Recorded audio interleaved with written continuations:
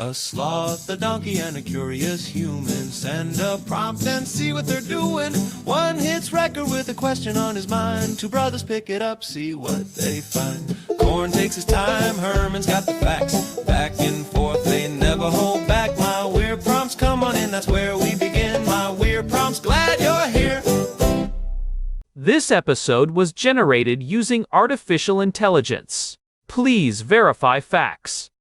My Weird Prompts is a community-driven initiative exploring how AI can fuel curiosity and uncover the fascinating ways our world works. GPU compute for this podcast is generously provided by Modal. Learn more at modal.com. Hi there, Herman and Corin. So I was just trying to find a tool that I have been looking for some time. So I was going to write an email in Hebrew, and we talked about AI tools for language learners earlier today. And what I wanted to do was what I thought was pretty straightforward, and it's something I've done before with what OpenAI call custom GPTs, which is this.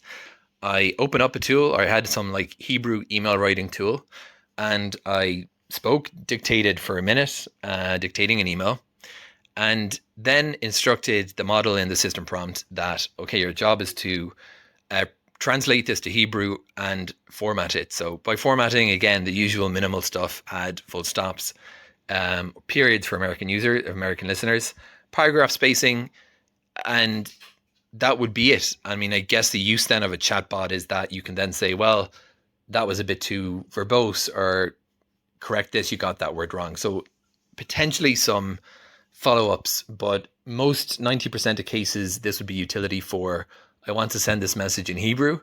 If I speak into Google Translate, it'll get me a translation without the formatting. I want them both.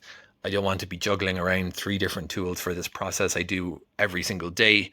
And my reason for asking ChatGPT, does this exist, is I assumed in the 2 years since I created this custom GPT, which are always kind of clunky to access, someone had made this and I could just download an app.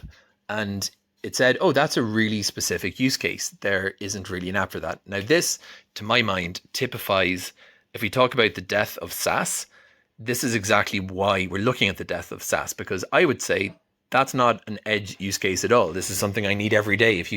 If I suggested this app to most people living in Israel, English speakers, I'd say, oh yeah, that would be super helpful. In another part of the world, it's obscure. So the central issue of SaaS, I think, that's being eroded is that we make an app for many people, but everyone has their own specific use cases, and you can't make an app for every single one that's going to make money. So I was thinking, okay, I'm going to do what I increasingly do now. I'm going to open up Claude. I'm going to start with a prompt saying, hey, Claude, I could use an app that I can speak. I even know that I have in my mind the architecture. Gemini 3.1 supports audio. Let's make it as an Android app, and maybe let's make it as something I can use on my phone. The only question is where to deploy it and how to authenticate it. So I have in my head exactly the plan, and I know that if I lock myself in my office for 2 hours in the vibe-coded world we live in, I could do it and I could have it. And I realized that the only problem or the challenge that has emerged is we're shifting our expenditure in dollars to our expenditure in time. Instead of paying for technology that someone else made, which isn't as good, or doesn't fulfill our needs, we create ourselves. Now, I still think that the economics makes sense. I often say that Claude Code, I never would have expected to pay $200 a month. I'm on the max 200 plan. And I think a lot of people feel the same way. This is very expensive as subscriptions come. But if in a week you create 3 or 4 tools like this that didn't exist, and you now own the code and you own the product, you've just created a lot of value. So my question, Herman and Corin, is that this is the process as I've been living it for the past year. I'm looking at a dashboard I created for our own home for safety awareness. On my computer and on even our home automations, it's at this point, I would say 60% stuff that I've created.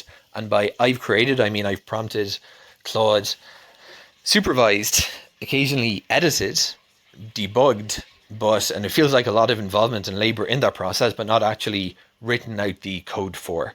Um, and that's a pretty crazy point to get to in the space of about a year. So what I'm wondering, Herman and Corin, is if this truly does lead to the collapse of SaaS, where this model falls down is not just that initial time expenditure, it's the code quality and the debugging required. And I'm conflicted because I like to have, something that works reliably and instantly. But I feel like it is actually, as these models get better, we're looking at Claude 5 coming out soon. And I would say Claude 4.7 is already at the point where I can create something and know that it's going to work and it's not going to break. And I don't mind having to, say in 3 months or 6 months, there's a new bug, the model changed, or we need to update this. It's not a lot of effort to do that for a tool I'd use every day. So let's talk, Herman and Corin, about how this process is unfolding. This is my little microcosm that I'm living in. But for businesses and developers around the world, I feel like we're all at this point where suddenly half the tools we use are things we've created ourselves. We're looking at Salesforce and saying, hang on a second, we just created our own CRM. How can it be that this is taking the place of a multi-million-dollar company? Is this really safe? And we're not sure if this is going to be the way forward. Let's talk about how different companies and individuals are navigating the new era where a substantial amount of software no longer comes from companies other people were paying money to, but from things that we cooked up in an afternoon or weekend using AI. I was looking at my credit card statement this morning, and I realized I am essentially a walking museum of software I do not use. I have subscriptions for things I signed up for in 2023 that are still just pulling $20 a month from my soul. It is a subscription graveyard, Herman. I have got project management tools for projects that ended 2 years ago, a specialized image upscaler I used exactly once, and 3 different note-taking apps that are all currently empty. It is the SaaS tax, corn. We have been conditioned over the last decade to believe that if we have a specific problem, the only solution is to find a vendor, sign up for a tiered plan, and give them a permanent seat at our table. We have been renting our productivity instead of owning it. I am Herman Poppleberry, by the way, for anyone joining us for the first time, and I have spent the last 72 hours looking at why that entire model is currently on fire. We are seeing a massive shift in the power dynamic between the person with the problem and the person with the code. Today's prompt from Daniel is about exactly that. He's been looking at this shift from buying those bloated SaaS subscriptions to just building your own bespoke tools with AI. He actually built a custom tool himself recently for translating and formatting Hebrew emails using Claude, and it only took him a few hours. It really gets to the heart of this idea that software is becoming a capability you manifest rather than a product you procure. It is the end of the generic era. That Hebrew email case study is a perfect example because it addresses a niche, high-friction problem that a generic SaaS company would never prioritize. If you are working with Hebrew, you are dealing with right-to-left text direction, or RTL, which is a nightmare in standard Western-designed email clients. You get these weird formatting bugs where the punctuation ends up on the wrong side, or the layout breaks when you mix in English words. It is a specific kind of digital friction that makes your professional life just a little bit worse every single day. I have seen that. It looks like the text is trying to escape the box. It is a mess. And the thing is, there is no Hebrew email fixer app on the App Store that actually works because the market for it is too small for a traditional startup to chase. And if you are Daniel living in Jerusalem and dealing with this daily, you have 2 choices. You can wait for a major provider like Microsoft or Google to perfectly optimize their RTL support, which could take years, or you can build a wrapper. Now, in the old world, building a wrapper meant setting up a development environment, choosing a framework, handling the API calls to a translation service, and then manually debugging the CSS for the right-to-left rendering. That is weeks of work for a developer. You would need to understand Unicode BIDE properties, the difference between logical and visual ordering, and how to inject specific CSS injections into an email header. But Daniel did it in an afternoon. How does that happen without a team of engineers? He did it using the new Interactive Apps feature Anthropic just pushed to Claude on March 25th. He basically described the problem to the model, gave it some examples of broken formatting, and the AI generated a functional, shareable tool. It handles the translation logic, It applies the correct Unicode BIDE properties in the CSS to ensure the text flows correctly from right to left, and it gives him a clean interface to work in. This is what people are starting to call vibe coding. You are not writing the syntax, you are describing the intent, and the AI is acting as the glue between the API endpoints. Vibe coding. That sounds like something I would do while taking a nap. But it is actually a pretty radical shift in how we think about labor, right? You are moving from the engineering of the solution to the description of the requirement. It reminds me of what we talked about in episode 864, where we first saw the cracks in the SaaS model. Back then, we were just speculating, but now it is happening in real time. It is the democratization of the software stack. You no longer need a computer science degree to build a functional tool. That is the core of the agentic workflow pattern we are seeing dominate this year. When you look at what happened on March 11th with the release of Replit Agent 4, it becomes even clearer. We are no longer just talking about a chatbot that writes a snippet of code. We are talking about parallel AI agents that handle the front end, the back end, and the database architecture all at once.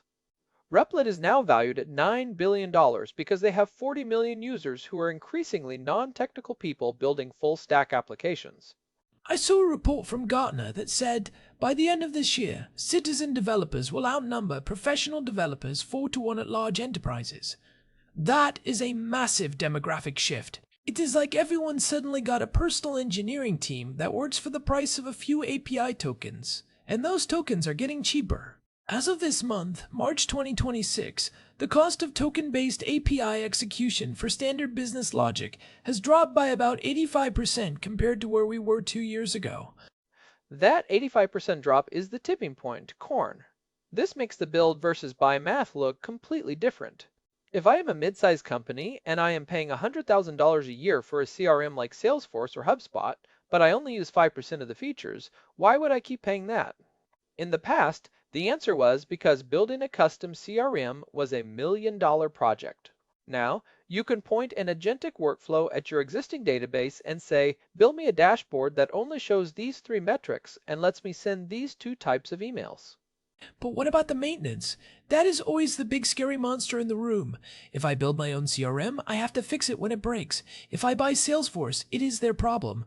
Or at least that is the theory. That is the big misconception we need to bust. People think bespoke software is a liability because of maintenance debt, but with modern AI agents, the code can be self-healing. This is something we touched on in episode 1447 when we discussed programming agents in plain English. We are seeing these agents write their own unit tests and run their own diagnostic loops. If an API endpoint changes, say Stripe updates its checkout logic, the agent detects the failure, reads the new documentation for the API, and updates the connection logic automatically. The maintenance is becoming as automated as the creation. It is like having a car that changes its own oil and rotates its own tires while you are sleeping. But let's go back to Daniel's Hebrew tool for a second. The thing that strikes me is the specificity. Generic software has to be everything to everyone, which means it is often mediocre for someone with a specific need. Daniel's tool is a sharp knife for a specific task. It doesn't have a pro version or a marketing automation tab he doesn't need. It just fixes the Hebrew. That is the unbundling of SaaS. We spent 10 years bundling everything into these giant platforms, and now we are seeing them get ripped apart into modular AI-native internal tools. Instead of buying a seat in a generic CRM, companies are starting to buy capabilities through APIs and then using something like Claude Code to stitch them together into a workflow that only tracks the metrics they actually care about. You are moving from buying an interface to buying an outcome.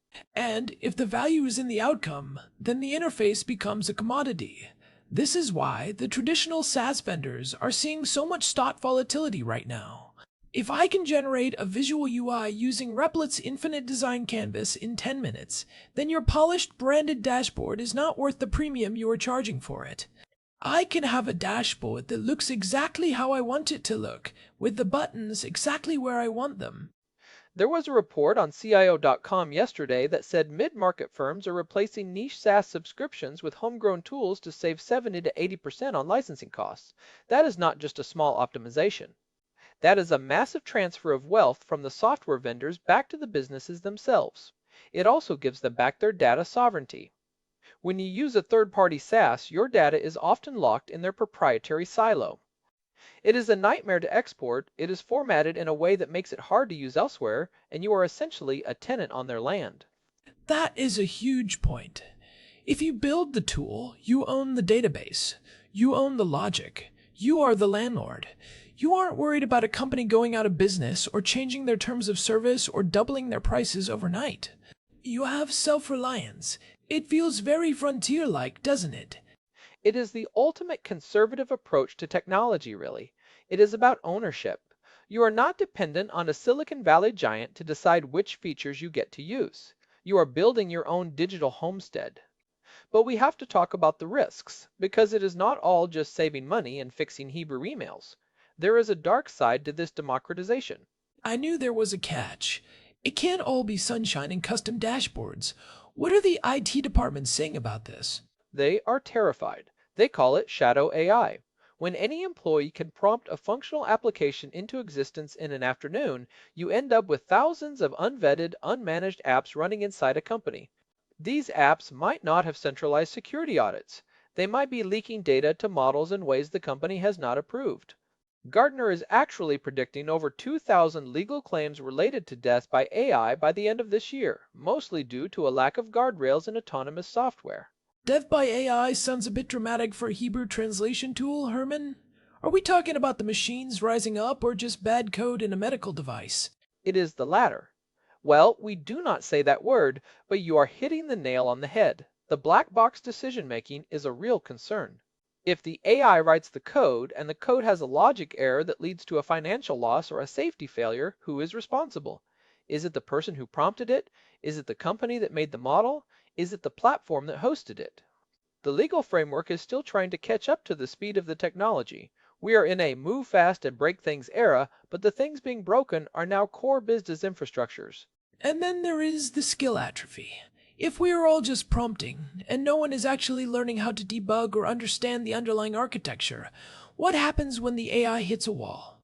We have talked about the agentic throughput gap before, where the AI just gets stuck in a loop. If you do not have the critical thinking skills to step in and fix it, you are helpless. You are a wizard who has forgotten the language of the spells he is casting. Gartner warned about this too. They are suggesting that by next year, we might see companies implementing AI-free skills assessments during the hiring process. They want to make sure that if the lights go out, you still know how to build a fire. There is a real fear that we are losing the ability to understand the tools we are manifesting. If you can't explain why the Hebrew text is now rendering correctly, do you really own the solution, or are you just renting a miracle from Anthropic? It is a weird paradox.